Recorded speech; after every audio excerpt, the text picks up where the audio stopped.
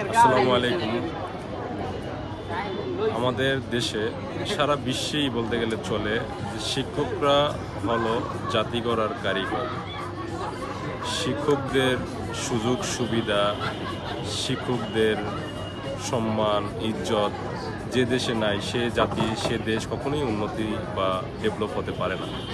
আমাদের দেশে ইদানিং সদ্য যে সমসাময়িক বিষয়গুলো নিয়ে শিক্ষকরা আন্দোলন করতেছে সরকারের কাছে, এটা আমি বলবো রাজনৈতিক দলের ঊর্ধ্বে থেকে প্রত্যেকটা শিক্ষক, প্রত্যেকটা প্রতিষ্ঠান সারা বাংলাদেশের শিক্ষকদের সুযোগ সুবিধা দেওয়া উচিত।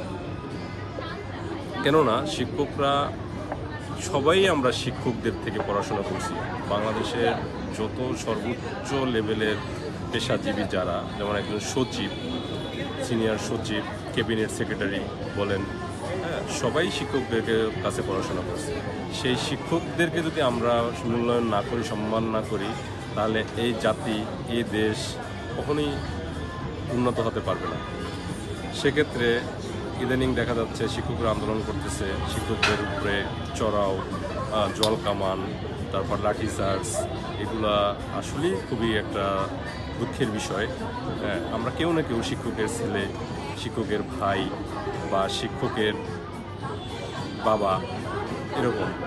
আমরা আশা করব যে শিক্ষকদের অতি শীঘ্রই শিক্ষকদের এই সমস্যাটা সমাধান করা উচিত।